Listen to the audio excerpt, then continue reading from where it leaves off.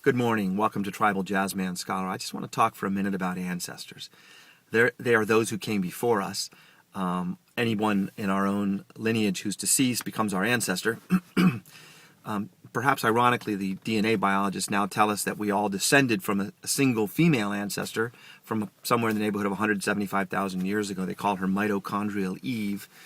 She's the mother's mother's mother 9,000 generations back for every living human on the planet. So we're all cousins. We all share a common ancestor.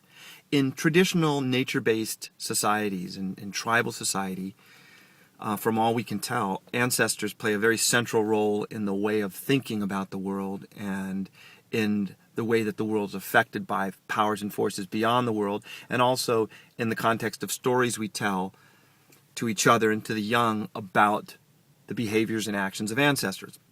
So ancestors are celebrated, they're recounted, they're honored, they're feared, they're venerated.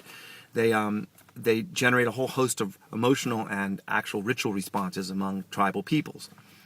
And they're very central to the way of being and the cosmology of nature-based civil societies.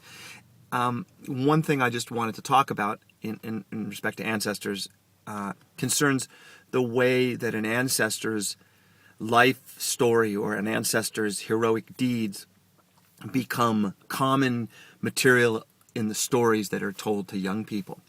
And every young person in a tribal society grows up knowing that somebody's father's father's father or someone's mother's mother's father's mother, that some ancestor did some things, and the stories become part of the collective way of seeing the world.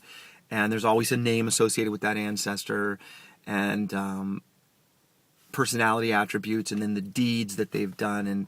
And in particular, the heroic deeds are really highly valued, and they become important material in stories. And part of what that does to a young person is they know in their life they will do all sorts of deeds that may become the material of stories when they have passed.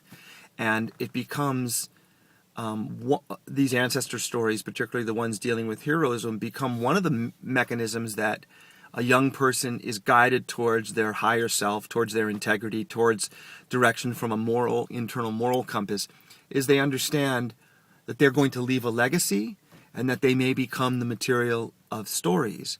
And it's one of the ways that we get guided in a tribal setting, in that small nuclear family, extended family environment. We get guided to want to be our best selves, to do things worthy of a good story, knowing that that's one of the things we'll leave behind, one of the ways actually that we will continue to exist once our physical body has vanished and we've entered the world of ancestors, that one of the ways we will continue to be part of the tribe will be through the stories told about us, the way our name is invoked, in what context. So it becomes something of a moral guidepost, these ancestor stories, and it triggers a certain integrity response in young people, especially as they enter adolescence and they begin to grapple with issues of identity. Who am I? What are my stories?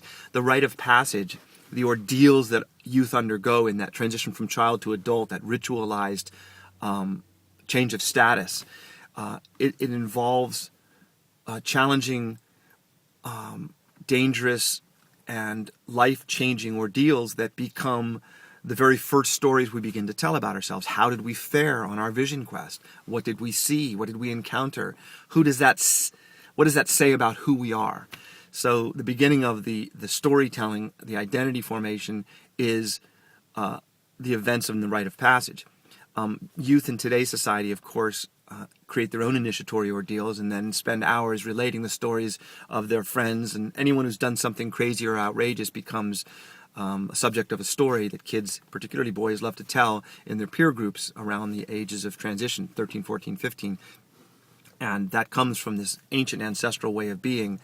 But one of the ways that we can begin to regain, I believe, our connectedness to one another and to our deep understanding of who we are as living sentient human beings on this very vibrant sentient biosphere is to begin to talk about ancestors, to talk about our own individual ancestors, to know the names as far back as we can go, to speak to our grandparents if they live about their parents and their parents' parents, and to begin to collect stories and to tell them to one another. And just to begin to revive that kind of heritage of ours, that way of being with each other where we share ancestors, and then to begin to take some of the heroes whom we collectively celebrate, whether it's Martin Luther King or Abraham Lincoln or Nelson Mandela or living heroes, begin to talk about how we're all related to them. They are, if they live, they are our relatives. If they have passed, they are our ancestors collectively, because we are all related. So to begin to revive a way of living in which the stories of those who are heroic become something we all aspire to. That's the wish of Tribal Jazzman Scholar today. Thanks.